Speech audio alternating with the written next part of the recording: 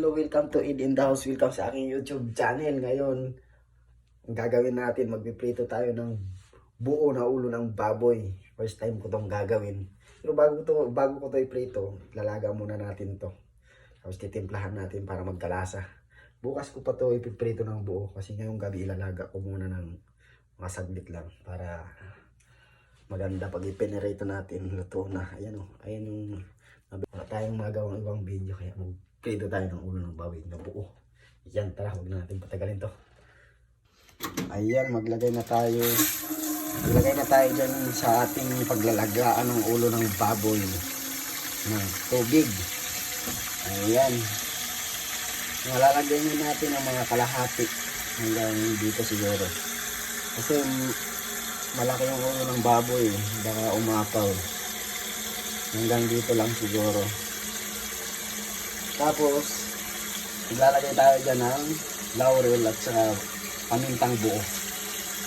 Yan, ilagay na natin dyan bago natin ilaga yung ating ulo ng baboy. Maglalagay din tayo ng bawang dyan ito. Gagawin natin dyan, buo lang ilalagay natin dyan kasi hindi pa naman finish yan. Ilagay lang yan sa ano para maalis yung amoy na hindi kaya ng ulo ng baboy. Maglalagay din tayo ng asin dyan.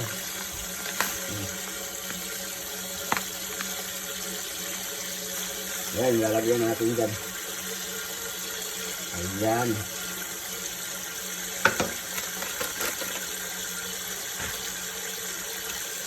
Tayo ng isang pirasong star anise. Isa rin ito sa nakapag-alis ng hindi kaya yung amoy. Pag may ilalaga kayo, ayan. Lagyan natin. Yan, tama na siguro yung amount ng tubig na yan kasi aapaw na. Tapos, tatansyahin na lang natin yan kung hindi masyado kasi yung ulo. Pero okay naman, baka babaliktarin na lang natin mamaya. Ayan o. Yan. Dahil medyo apaw-apaw yung tubig, bawasan na lang natin. Sasalokin na lang natin ito. Pag kumulo siya, baka umapaw. Ayan. Itatong lang natin yung ibang ibang tubig kasi umapaw. Yan, tama na siguro yan. Simulan na natin yan. Ayan na, sinimulan na natin nilaga yung ating ulo ng baboy. Yan, tinodo ko na yung apoy dyan. Takpan lang na natin to, mga 30 minutes lang natin ilalaga yan.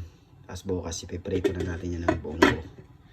Yan, ayan na yung ating nilaga na ulo ng baboy na ipiprito natin ng buo bukas. Kulong-kulo na Yan. Yan siya, di ba?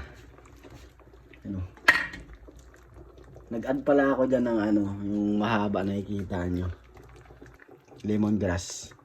Nag-add pala ako dyan. Para mas lalong bumaw yung ating ipiprito ng buo bukas. Yan, di ba? Ayan. Takpan ulit natin kasi wala pang 30 minutes. Ayan.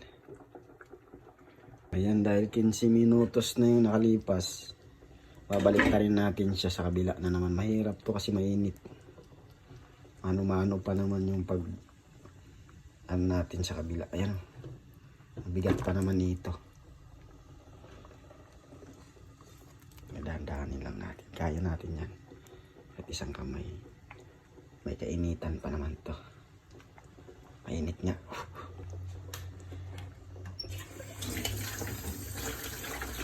Handa natin yung malamig na tubig natin. Kaya natin yan. Yan. Baliktad din natin. Hugas lang tayo din. Labanan natin yung init. Yan. Yan, nabaliktad na natin siya.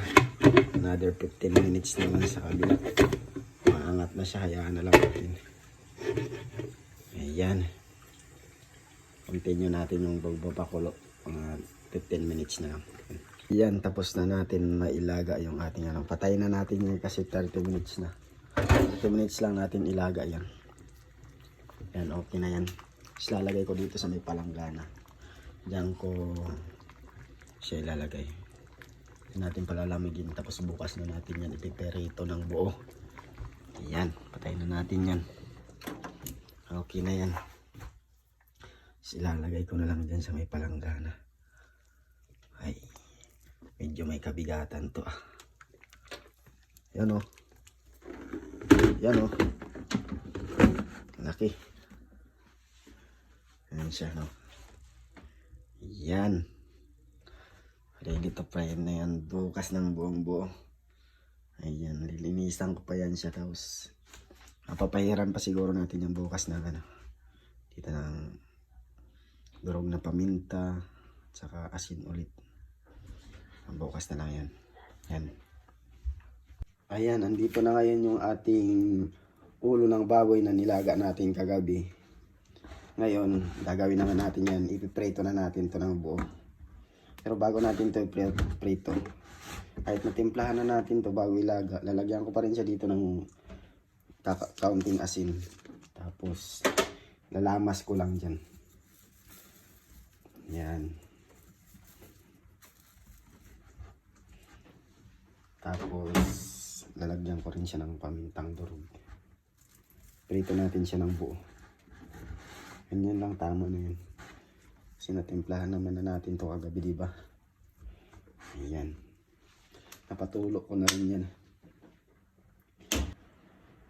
Tapos, ipiprito na natin yan ngayon. Tara, simulan na natin.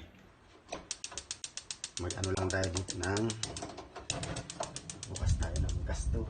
Tsaka, dito rin natin siya ipiprito kasi pinaglagaan ko. Kasi ito yung pinakamalaki. Ito lang yung pinakamalaki kong kawali. Initin muna natin tapos bago natin lagyan ng mantika. Ayun, dahil nainit na natin yung gagamitin natin sa pagpiprito, ilalagyan na natin yung ating oil na gagamitin.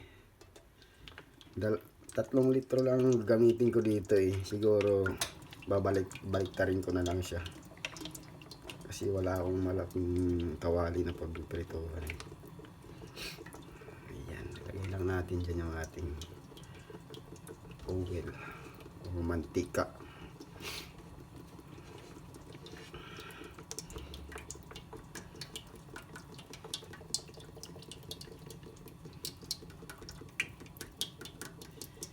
Iinit ulit natin yung mantika bago natin ilagay yung ating ulo ng baboy na buo. Igilid natin kasi tumitilansik eh. Ilapit na lang natin dyan. Yan. Yan, dami ng mantika na ginamit natin dito, no? Pero hindi naman ito masasayang. Tatabi lang natin to kasi magagamit pa rin natin to. Tapos another na 1 litro kasi 3 to eh. Mahina yung mahina yung labas ng mantika. Light kasi yung butas eh.